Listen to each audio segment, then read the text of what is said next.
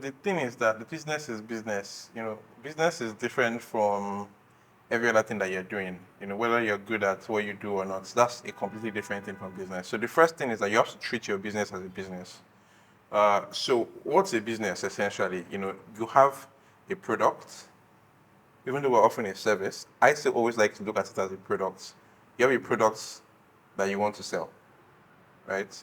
And to have a sustainable, profitable business, your costs, right, has to be lower than your profits. Or yes, so you have to make more money than it costs you to create a product. Now, because we run a service-based system, sometimes it's very, very difficult to quantify what your cost is. Because you buy a camera one time, you think, oh, you bought it. But the camera is not for life.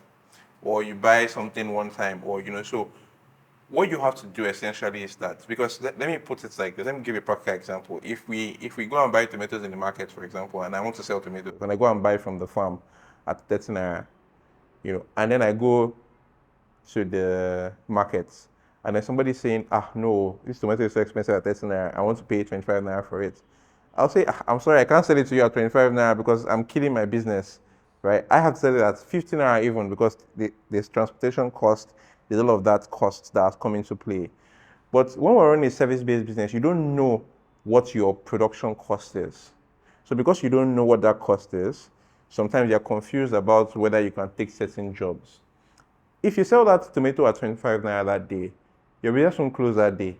But if you continue doing that, then you run out of, your business is going to close on the long run.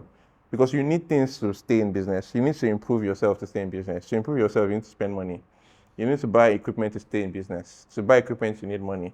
You need a new studio. You need to hire staff. To do all of these things, you need money. And if you keep on charging a certain amount, it's only a matter of time, before you run out of business. Even if you have cash injections, the money will just keep going down till one day your laptop stops working and then you can't afford a new one. So that's what always happens. So the thing is that the first thing I'll say is that figure out what your cost is. How much is it costing me to run this business? What do I need to run this business? If you pay salaries, if you have staff, what are their salaries in a month? So you write all of that down. If you have an equipment, say, okay, I bought this camera and I know that I'm giving it 5 years. So if you bought the camera for 6 million, divide it by 5 years, you know how much that camera costs you every year and how much that camera costs you every month. So you have an idea of what that is. So your target now is that, how do I make sure that I surpass this every month? So you then decide to create different products or different packages in your system. Also, we have this. And sometimes it's also very good to explore other options inside your photography, things that you don't know, but you can make some little money from. Basically, there's no sympathies in business. Business is business. You have to take it seriously. You have to learn what you don't know. You have to keep good accounts. So that's another thing. How do you know if you're making profit or not when there is no account of your books? So it's like somebody sends me 200,000 naira, especially when it's your private account again. They just send you, you spend. At the end of the month, like, oh, how much came in this month? You have no idea because you spent most of it. But if you have a business account, so the way I run mine, for example, is I have a business account. The way all my staff collect salaries, I collect the salary as well.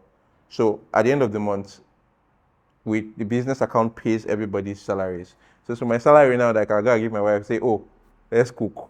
Oh, let's go on vacation. Let's do this. But I don't go to my business account and say, oh, we want to go and buy Cold Stone today and then want to spend on business account. That's very, very wrong. That's not good practice because it then scatters everything. So it's like being accountable to your business. The money that your business owns is not you. It's not your money. It's the business's money. Do you understand? So if my business requires me tomorrow and says we need to expand and get a new studio in Ikoyi or somewhere, it's the business that will do it. It's not Tosin Junaid that will do it. And if the business cannot do it, then it's not doing well enough to do it. Do you understand? So it's not really about just putting money into it and saying that, oh, if I have like 10 million naira now, I can. No, that's not it. The business itself has to be able to sustain itself. So first, I think the most important point I'll say is pay yourself a salary and pay your staff a salary as well. Do you understand? So my business, for example, every month, today is 28th now, or today is 29th. I know because I know that I will soon collect my salary. Right? So the business is going to pay me a certain amount, and it's going to pay all my staff a certain amount as well. And then once that amount is gone, I'm not taking anything from the business again until the next month. The only thing the business is going to pay for is other things like utilities, like lights, like this. And when we want to buy a camera that we need and all of that, the business can do all of that. So I think that having that, just that little change of not seeing yourself as a business, but seeing the business as a separate entity, even though you own it, don't feel entitled to the money that the business gives you. Do you understand? That helps. Another thing that I think would help is because of the nature of our work, we can make a lot of money in a day or two.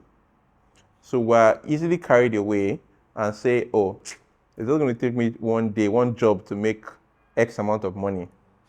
So you think that, and you're like, look at my friend that is working 9 to 5. He's doing a whole month and he has not even made that money that I made in one day. Good point. But that money that you're saying you made in one day, how often do you make it? You probably don't make it every day. You probably don't even make it every month. Sometimes you make it once a month. On months that are good, you make it like twice a month. So you're confused about how much you're actually earning in a month. The fact that you did a job that paid you 7-10 million naira in a day does not mean that you are getting, so let's say it's 10 million naira. Does not, if it's by that, then you're getting 300 million in a month. But you're not, are you? You're not. So that means that 10 million naira, at the end of the day, when you calculate it and you spread it, it might be your income over a whole month or even more in some cases. So that has to put into perspective that the fact that I did one job and I got that money does not mean that, I can then spend it anyhow. It could be money for a rainy day. It could be money for a period. There are months where sometimes I can have like a couple of months where I'm not getting consistent work. But the reason I can survive, or the reason that my business is still working is because I recognize that when I got those jobs earlier in the year, I knew that they were going to cover a space of time if I didn't get the jobs now. We obviously don't pray for that space of time when we don't have jobs. But sometimes it comes. I don't know if it comes for you. It happens. It happens. And then that's the period where you're always thinking about why did I pick this thing as my and then on that time you're like, this month, I've gotten money. You're like, yes, I'm balling. You understand? So you have to spread it out. It's not a thing of you made that amount in January, then that means that it's only January you must spend all the money. True. It doesn't really work like that.